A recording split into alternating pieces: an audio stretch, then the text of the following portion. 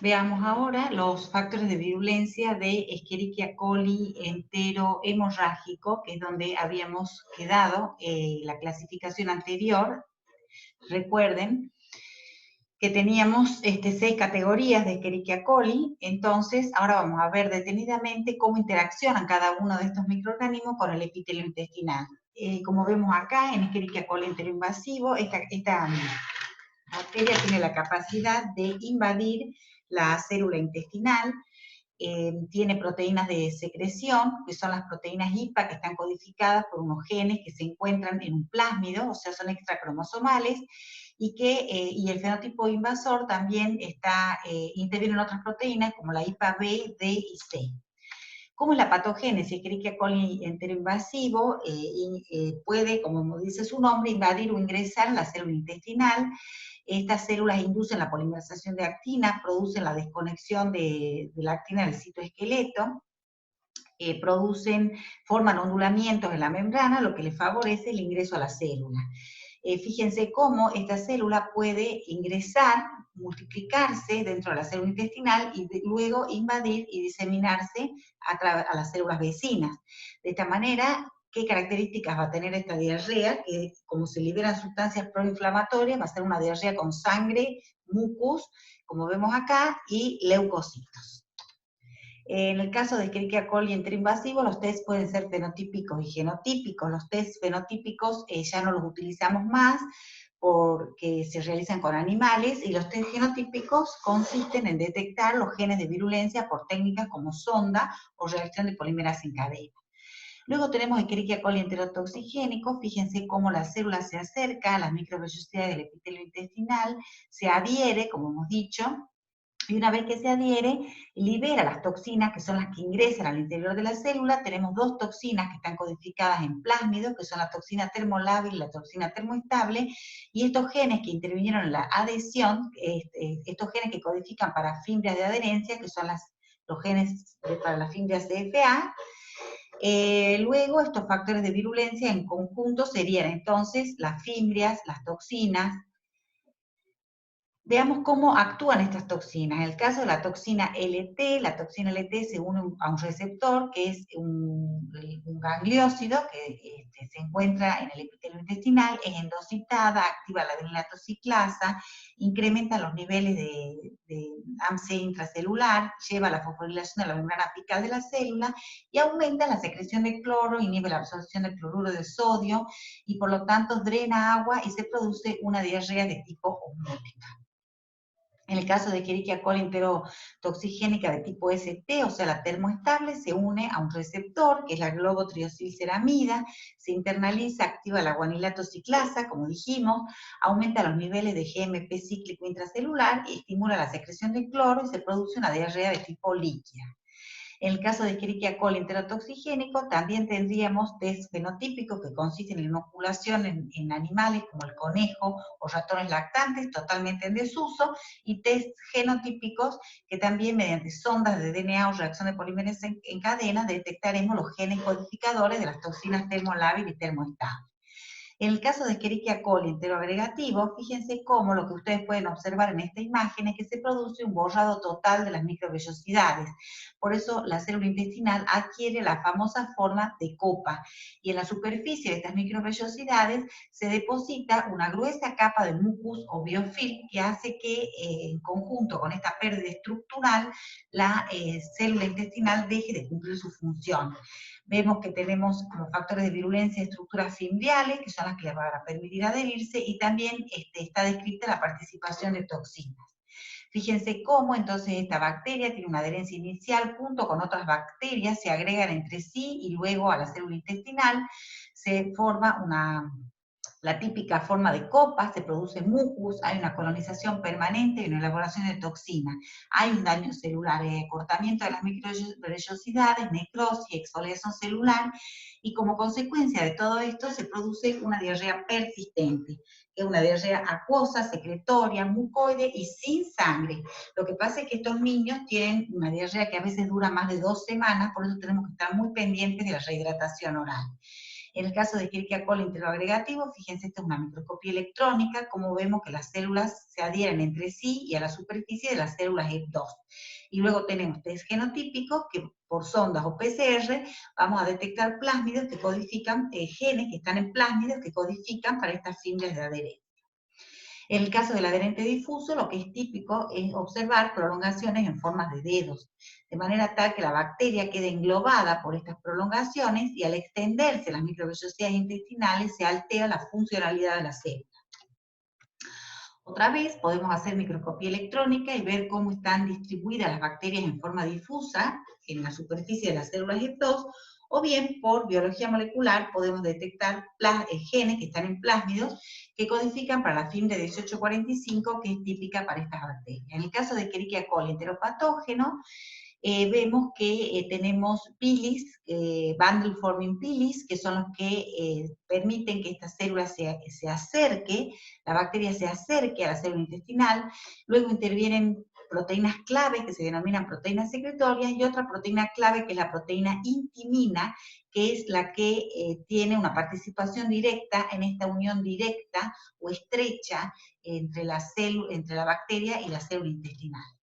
¿Cuáles son los factores de virulencia? Ustedes fíjense que aquí tenemos tres conjuntos de genes, los genes EAE, los ESP y los TIR, que codifican para proteínas, que son cruciales cuando se desencadena esta patología. Una proteína típica es la proteína intimina. Esta proteína está codificada por un gen EAE que forma parte de una isla de patogenicidad que se encuentra en el cromosoma bacteriano. Proteínas secretorias de tipo SP, que son las que inyecta la célula con su complejo aguja. Recuerden que estas bacterias tienen un sistema de secreción tipo 3 o complejo aguja, mediante el cual las proteínas que se conocen como proteínas efectoras ingresan a la célula y la preparan a la célula huésped para recibir a la bacteria para que ésta pueda desencadenar su fisiopatogenia. Y tienen un gen TIR que codifica por una tirosina que también tiene una participación directa en todo lo que es la desorganización de actina y de todo lo que es el citoesqueleto celular. Tenemos fimbrias que están codificadas en un plásmido y genes que regulan la expresión de la intimina. En la patogénesis de Escherichia coli enteropatógeno ustedes van a poder ver que hay 4 estadios bien marcados. En el estadio 1 se expresan los pili, se sintetiza la proteína intimina y se liberan las fimbrias y las proteínas ESPAC en la superficie bacteriana. En el estadio 2, ustedes pueden observar acá que ya hay una alteración en el citoesqueleto, una despolimerización de actina, y intervienen proteínas como la tirosinproteinquinasa y la proteína K. En el estadio 3 se pierden los filamentos, ven cómo se forma acá, se produce, la célula ya está preparada para unirse porque hay toda una desorganización del citoesqueleto, y en el estadio 4 se forma principalmente el pedestal de actina, que es la lesión típica de esta bacteria que se conoce como ataque y borrado de las microvellosidades o attachment effacement, y que se representa como AE o AB larga, y que es una lesión típica de Escherichia coli enteropatógeno que comparte con Escherichia coli enterohemorrágico, y ya vamos a ver cuál es la diferencia. ¿Cómo detectamos Escherichia coli enteropatógeno en el laboratorio? Lo hacemos mediante tests fenotípicos, cultivo celular o microscopía electrónica. Como pueden observar acá en esta microscopía electrónica se observa claramente el borrado de las microvellosidades intestinales, o test rápidos genotípicos como sondas o PCR para la detección de genes característicos. En esta diapo van a ver cuáles son las manifestaciones clínicas de Escherichia coli enteropatógeno. Es una de las diarreas más comunes y se da en niños mayores de 2 años, porque es poco frecuente en niños mayores de 2 años por la pérdida de receptores específicos. Fíjense en este caso clínico. En este caso clínico nos llega al hospital un paciente pediátrico de 3 años de edad. La mamá describe que ha comido hamburguesas caseras elaboradas con carne picada el fin de semana, presenta cólicos abdominales intensos, una diarrea acuosa, y esa diarrea progresivamente se va haciendo sanguinolenta. Presenta una insuficiencia renal rápidamente progresiva, que es característico de esta patología, y un laboratorio que también es típico y que consiste en una anemia hemolítica, esquistocitosis, disminución de las aptoglobinas y reticulocitos en sangre periférica. Se hace el diagnóstico y se llega a concluir que esta patología o que este paciente presenta un síndrome urémico hemolítico. Dentro del síndrome urémico hemolítico es producido por una de las categorías de Escherichia coli que hemos descrito, que es Escherichia coli enterohemorrágico. Estas cepas se caracterizan por producir una toxina, que es su principal factor de virulencia, y que es la toxina Shiga. Producen enfermedades severas en el hombre, y no todas producen enfermedades severas en el hombre, por eso es que decimos que las que son capaces de hacerlo se clasifican dentro de Escherichia coli enterohemorrágico. Dentro de las que son productoras de toxina Shiga y pueden o no producir patologías severas en el hombre, tenemos más de 150 serotipos, algunos asociados a síndrome urémico hemolítico y otros que simplemente pueden producir una diarrea con sangre. La cepa tipo, como ustedes lo ven en este esquema, este es un alimento, hemos dicho que la principal puerta de entrada para cuando se produce una diarrea es la ingestión de alimentos contaminados, en este caso sería la carne picada, que es uno de los principales vehículos de transmisión, y fíjense cómo el serogrupo 157 tiene un tamaño mayor para representar que es la cepa tipo de esta categoría de Escherichia coli, pero que existen otros serogrupos que también pueden producir patologías en el hombre. Fíjense cómo esta bacteria es relativamente nueva, el primer caso fue descrito en el año 82 y recién en el año 93 se describe en Estados Unidos el primer brote por consumo de hamburguesas contaminadas. ¿Qué factores de virulencia tiene Escherichia coli enterohemorrágico? Tiene una fibra de adherencia, proteínas secretorias, la intimina, las toxinas Shiga y una enterohemolicina. Fíjense cómo, lo que yo les explicaba anteriormente, tenemos un gran grupo de bacterias denominadas internacionalmente con las siglas STEC, que significa en su nomenclatura Escherichia coli productor de toxina Shiga, de las cuales un subgrupo, que son Escherichia coli enterohemorrágico, posee factores de virulencia como el gen EAE, que codifica para la proteína intimina, o el gen EHXA, que codifica para la enterohemolicina, y otros que no están descritos en este esquema, pero que hacen que estas bacterias se comporten como verdaderos patógenos graves en el hombre. Fíjense, los factores de virulencia, como siempre, tenemos algunos codificados en el cromosomo, como la guía de patogenicidad de LE, en el cual se encuentran las proteínas secretorias que van a participar del complejo aguja, y el gen EAE que codifica para intimina. Y muy importante que las toxinas Shiga están codificadas por un fago lisogénico, o sea que esta bacteria puede perder esta toxina. Y luego tenemos plásmidos que codifican para otros factores de virulencia, entre los que se encuentra la enterohemolicina, que es muy importante, actuaría como un verdadero sideróforo. En la patogénesis de Escherichia coli enterohemorrágico tenemos los primeros 4 estadios, los comparte con Escherichia coli enteropatógena, y en el estadio 5 lo que nosotros vamos a observar es que se produce una liberación e internalización de la toxina Shiga en el epitelio intestinal, y que es el factor de virulencia distintivo. Esa toxina Shiga va a encontrar en las células del epitelio intestinal su receptor, que es la globotriostilceramida, y en nuestro organismo tenemos 3 sitios que son ricos en este receptor: las células del intestino, las células del epitelio renal y las células de la sangre. Fíjense cómo esta toxina puede permanecer en el epitelio intestinal o puede traslocar a sangre y dirigirse a otros órganos. Si permanece en el epitelio intestinal, puede producir un daño en el colon. Si trasloca sangre, puede producir algún daño en algunas células de la sangre, como las plaquetas, y también puede pasar al riñón y producir una insuficiencia renal, porque en realidad lo que hace es que se exacerba la respuesta inflamatoria y el riñón pierde su función de filtración. ¿Cómo es la historia natural de la infección por E. coli enterohemorrágico? Se produce la ingestión de un alimento contaminado, a los 3 o 4 días una diarrea sin sangre y dolor abdominal. Luego de 1 o 2 días más, se va desencadenando paulatinamente una diarrea con sangre, solo en el 50% de los pacientes. De esos pacientes que tienen diarrea con sangre, el 90% resuelven. O sea, termina la diarrea con sangre y el paciente se va curando. Un 10% de estos pacientes que hacen una diarrea con sangre, la toxina trasloca sangre y desencadena un síndrome urémico hemolítico. Acá lo podemos ver, la toxina se adhiere a la globotriostilceramida, se introduce por endocitosis, es transportada al Golgi y al sistema retículo endoplasmático. La subunidad A se trasloca al citoplasma, se dirige al ribosoma, inhibe la síntesis de proteínas, se produce la muerte de las células del endotelio intestinal, se va moviendo a través de las células intestinales y produce una colitis hemorrágica, porque realmente hay un verdadero daño. Si la toxina trasloca sangre, luego puede pasar a las células del endotelio renal, que como dijimos son ricas en globotriostilceramida, se produce una deposición de plaquetas y fibrina, y eso lleva un daño celular. va a disminuir impresionantemente la luz capilar, el riñón no filtra la orina y tenemos una insuficiencia renal, que es una de las características del síndrome urémico hemolítico. ¿Cuál es la clínica del síndrome urémico hemolítico? Este síndrome se caracteriza por anemia hemolítica, plaquetopenia, nefropatía y un compromiso multisistémico. ¿Cuáles son los órganos afectados? Riñón, aparato digestivo, sistema nervioso y con menos frecuencia corazón, páncreas e hígado. ¿Qué va a tener el paciente? Una falla renal. ¿Por qué se caracteriza? Por oliguria, anuria, edema, palidez. En algunos casos puede producir manifestaciones en el sistema nervioso central y puede llevar hasta la muerte. Este síndrome es una de las causas más frecuentes de insuficiencia renal aguda en nuestro país. Nuestro país es endémico en esta patología. Si bien una gran proporción de pacientes puede sobrellevar bien su fase aguda, un 10% evoluciona a una insuficiencia renal crónica. Por eso es que este síndrome está descrito como una de las principales causas de trasplante renal en Argentina. El 20% de los trasplantes renales, según la Sociedad Argentina de Nefrología, se da o corresponde a niños que han tenido previamente un síndrome urémico hemolítico.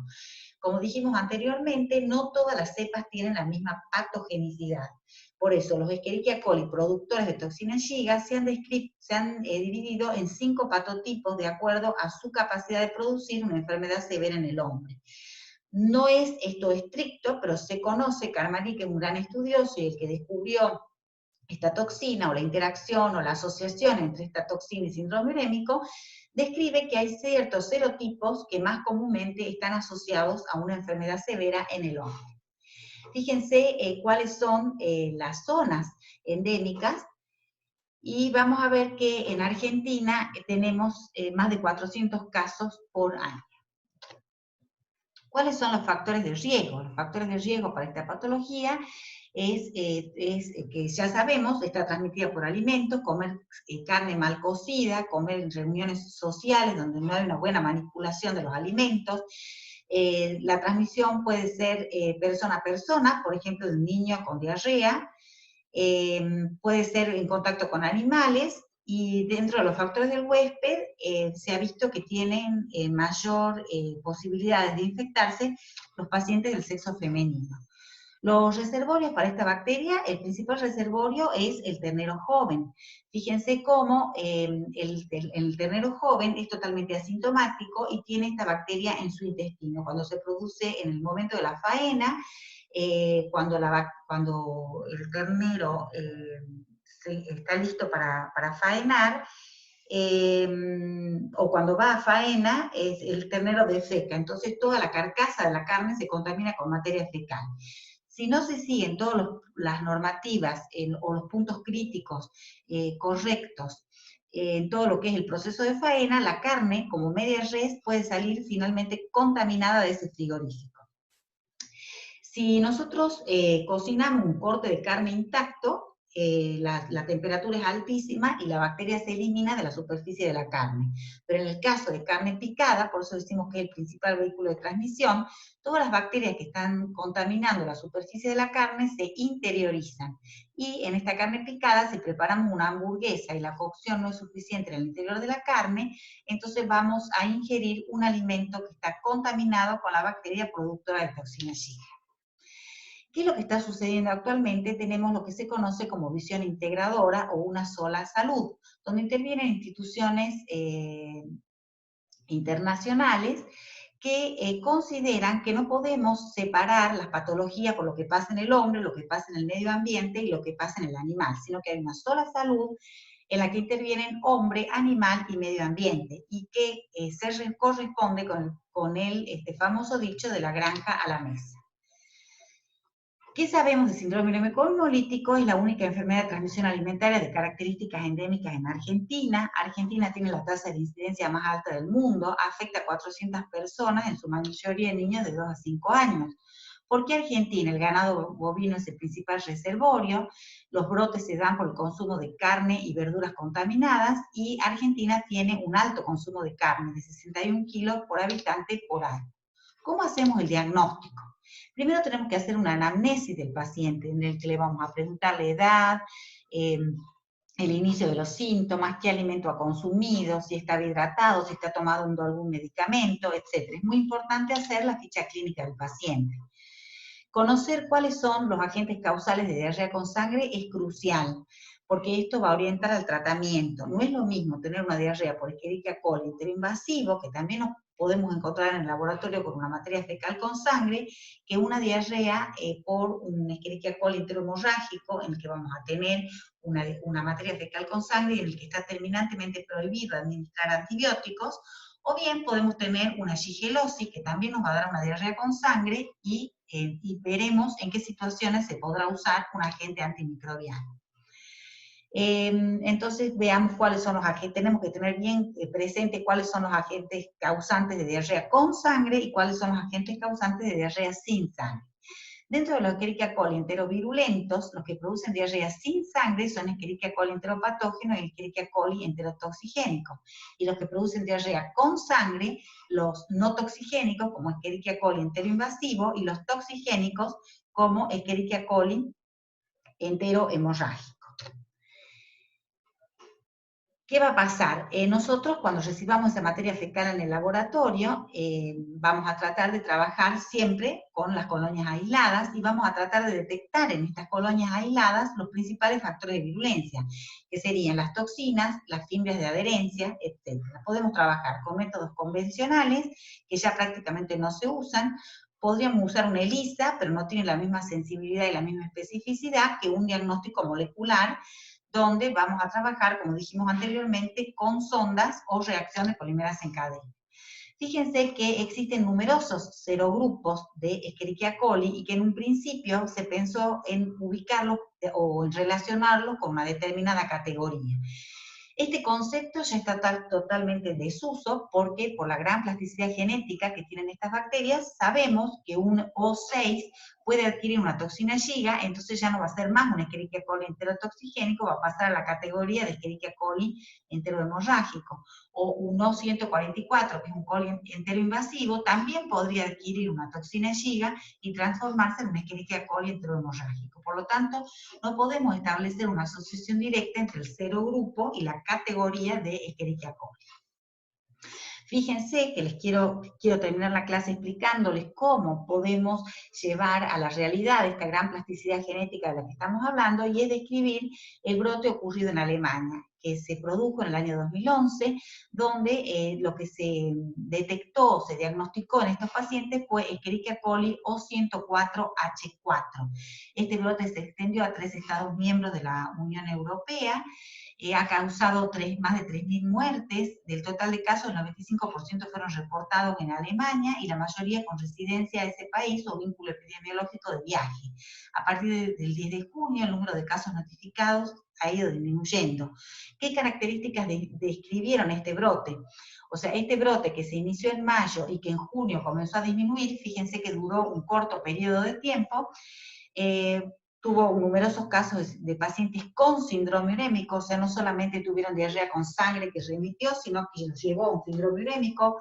Afectó fundamentalmente a pacientes adultos, y 2/3 de los casos en los que afectó fueron mujeres. ¿Qué demostraron? Que la cepa es un patotipo híbrido raro que porta la codificación mediada por fago para la toxina de Shiga 2, pero con una base genética de Escherichia coli enteroagregativo, el cual se denominó Escherichia coli enteroagregativo productor de toxina Shiga. Y sus siglas son E. coli enteroagregativo STEC/BTEC. O sea, acá tendríamos como consecuencia de la gran plasticidad genética un Escherichia coli enteroagregativo productor de toxina Shiga. ¿Qué características tiene Escherichia coli O157 que a nosotros nos permiten diferenciarlo en el laboratorio? Tiene características fenotípicas que nos ayudan, como por ejemplo, no fermenta el sorbitol, no posee actividad beta-glucuronidasa, tiene una temperatura óptima de crecimiento entre 30 a 42 grados, desarrolla en presencia de cefixima y telurito, y desarrolla también en medios cromogénicos diferenciales. ¿Cómo hacemos el diagnóstico en el laboratorio? Nosotros tenemos una suspensión de materia fecal, vamos a hacer un enriquecimiento en un caldo que tiene cefixime y telurito, o en un caldo simplemente tripticase soya caldo o tripticase soya caldo con cefixime y telurito para hacerlo más selectivo. Una vez que hacemos este preenriquecimiento, lo vamos a sembrar en medios como maconca y sorbitol, o cromoagar, que es un medio cromogénico. Y podemos ver la presencia de colonias sospechosas. En el caso de cromoagar, vamos a ver las colonias de color malva, y en el caso de maconca y sorbitol, las colonias sorbitol negativo. A esas colonias le podemos hacer una serología, y después, posteriormente, confirmar si están presentes los factores de virulencia realizando una reacción de polimerasa en cadena. La detección de Escherichia coli diarreagénicos, hemos visto que en general, este es un cuadrito donde ustedes pueden ver un resumen de cómo podríamos diagnosticar cada una de las categorías que hemos visto a lo largo de la clase. Vemos aquí cuáles son las características de cada diarrea, se las he agrupado para que ustedes las puedan estudiar, cómo es la fisiopatogenia, cómo es la clínica y cuáles son los factores de virulencia que tendríamos que detectar. ¿Cuál es el tratamiento de una gastroenteritis? Recuerden, lo más importante es la rehidratación. El tratamiento en el síndrome hemolítico prohibido usar antibióticos porque hay una mayor liberación de toxina y una mayor absorción de la citotoxina. Ciertos antibióticos que tienen la capacidad de ingresar a la célula, como las quinolonas y la trimetropimasulfa, inducen la expresión de los genes productores de toxinas. ¿Cuáles son las recomendaciones de la Sociedad Argentina de Pediatría? Una cocción correcta de los alimentos, la higiene de manos, les dejo acá todas las pautas, utilizar natatorios habilitados, no consumir comidas rápidas en los niños menores de 2 años y consumir agua potable o hervida. Hay numerosas estrategias que se han desarrollado, profesionales de nuestro medio trabajan intensamente para paliar esta problemática, pero el problema sigue. Por lo tanto, hay que tener mucho cuidado en todo lo que es el diagnóstico y la prevención de esta patología. Se ha desarrollado una PCR múltiple que nos permite detectar cada una de las categorías al mismo tiempo. En el caso del síndrome hemolítico es una enfermedad de notificación obligatoria, por lo tanto tenemos que entrar al sistema de vigilancia epidemiológica o SINAVE de la Nación y registrar los datos que se van produciendo a lo largo del país. Por eso les cuento aquí cuáles son las unidades centinelas que están desarrolladas a lo largo del país y que tenemos que tener en cuenta para poder notificar esta enfermedad. Les dejo las instrucciones, cómo tenemos que derivar las muestras a un centro de referencia en caso de no poder hacer nosotros el diagnóstico o necesitar confirmar un diagnóstico. Es tarea de todos contribuir en la implementación de medidas de control para evitar la infección de coli diarreagénicos en nuestra región. Recuerden que en los países subdesarrollados es una de las principales causas de muerte y en nuestro país el síndrome hemolítico es endémico, por lo cual tenemos que estar preparados para hacer un buen diagnóstico de estos microorganismos.